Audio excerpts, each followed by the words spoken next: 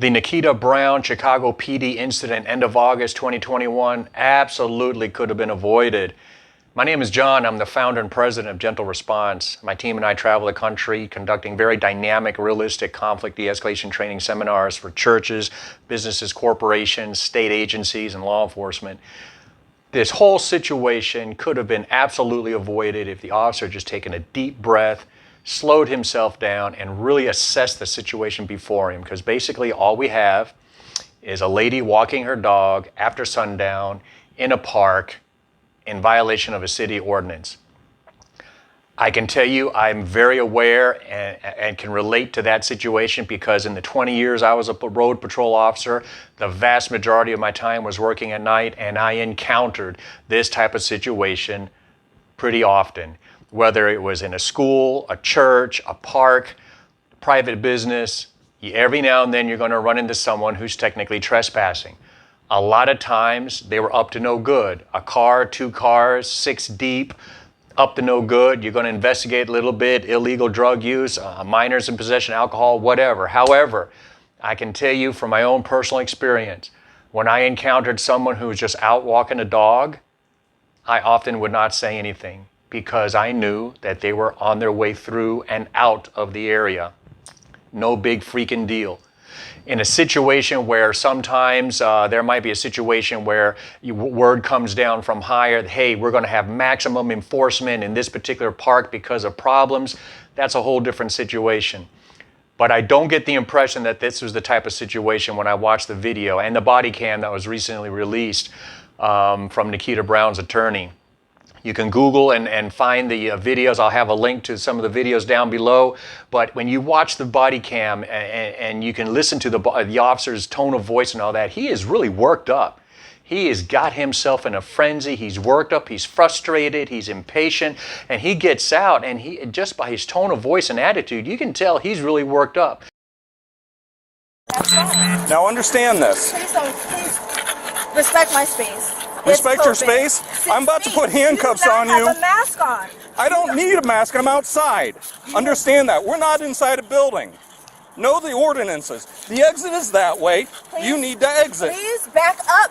Ma'am. Back up, ma'am. Back up. Get back out up. of the park. Back up. What do you not understand about that? The park is closed. Back up. You are trespassing Back on up. city property, Back up. and you will go to jail Back if up. you don't take your dog and leave. Back up. Move away from me. I'm escorting you out of the park. COVID, you don't have a mask. You don't need one outside. You're spitting on me. I'm not spitting on you. You are spitting. Back up. Keep What the walking. fuck? Worked up. Back And up. she just simply says a couple times, just stay away from me. Just stay away from me. But he's so worked up, he's going to let her know he's in charge, and he keeps advancing on her. He keeps closing that distance. He keeps walking up on her. Folks, take a deep breath. For a situation like this, you can still give verbal commands from 25, 30, 40 feet away and get them to comply without violating or their sense of space or whatever. If he had just stayed back, it would have eliminated one argument or one issue she had with him. For whatever reason, he makes a decision to engage her. Well, he could have handled it differently, and that's what I'm talking about right here. Take a deep breath and really assess the situation. You really want her to get out of the park. She's not moving fast enough. I've been in that situation. People, because they still want to show that they're in control or have some control in their situation, they will take their sweet time to just walk away. And you know what? I was okay with that. Depending on the situation, there were many times I would just pull away with my car and then turn around and face them, just letting them know that I'm still here watching you and I did ask you to leave. And after a while, they'll leave. No big deal. Sometimes I'd have to roll down the window or get on the PA system, rarely, but sometimes, hey, I told you guys to leave. Bada boom, bada bing.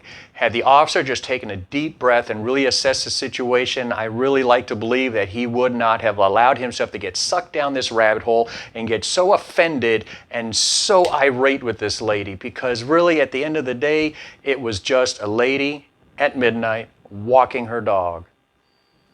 And she was, and when you watch the video, you can see a couple times she's actually walking away.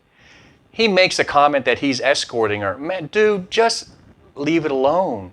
Don't let yourself get sucked into this power trip situation where you need to let someone know, again, in a situation like this, you need to let someone know that you're in charge. She's walking away. The person is walking away.